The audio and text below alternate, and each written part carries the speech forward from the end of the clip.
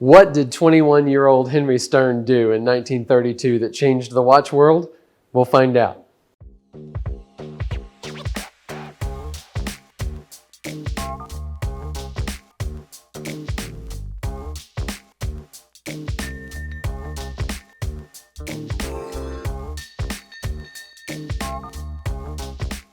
Back in 1932, young Henry Stern, 21 years old, his family owned a dial company, and they had a lot of different clients, different watch companies they produced dials for, but one was of particular interest.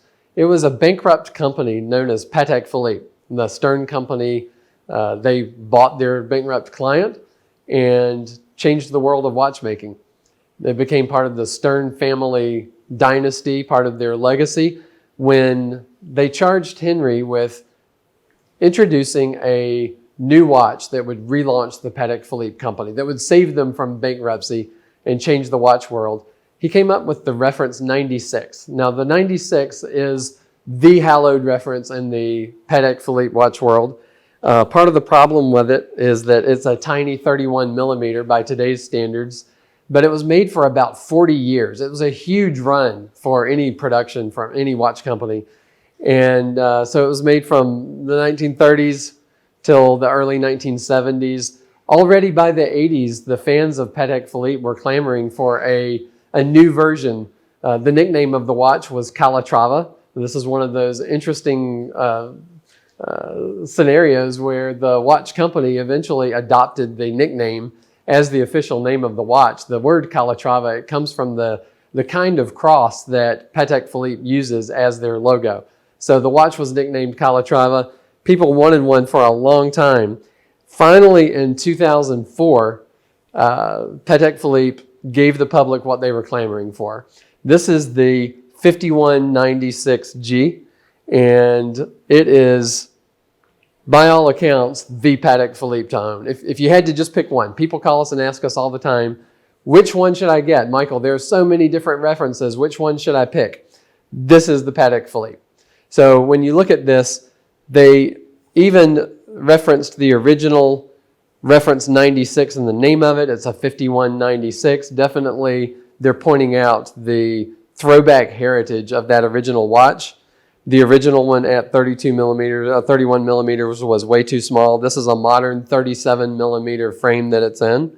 And when you look at it on the wrist, I mean, it really is just the perfect watch. It has all the design cues from the original 96 reference. What you see here is a beautifully simple silver dial with baton indices. It has the Dauphine hands. It has the sub-seconds at 6 o'clock, just like the 96. If you look at it from the side, it's nice and thin with the tapered lugs. And it has not a real prominent crown that doesn't have any crown guards. It's subtle. You have the matching 18 karat white gold buckle from Patek Philippe. By the way, they're 18 karat gold, similar to Rolex. It is homogeneous 18 karat white gold. There's no plating of anything on top of it, no plating to ever wear off. This is really one of those watches that you just take care of for the generations. You could own it for decades and never get tired of it, never get over it, never decide that you want to trade it in. Although I guess somebody did because they traded it in with us. But one of the great things about this watch is that this one still has the Geneva hallmark. So the movement in this one is the caliber 215 PS. That stands for petite seconds. So it's got the small seconds at 6. It's a hand-wound mechanical. And the Geneva hallmark for decades was the sign that a watch was an exquisite Swiss timepiece that was handmade, decorated all the right ways, had all the right features.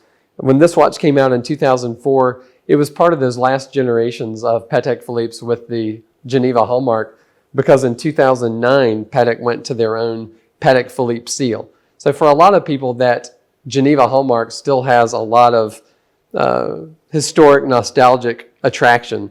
And so if I were going to buy one of the Patek Philippe watches in our inventory, I would certainly go with this one. So look it up on our website. Just type in 5196. You'll see what we have currently. Hopefully this one's still in stock for you. Give us a call, click the bell, like and subscribe. And call us to see which 5196 we might put on your wrist.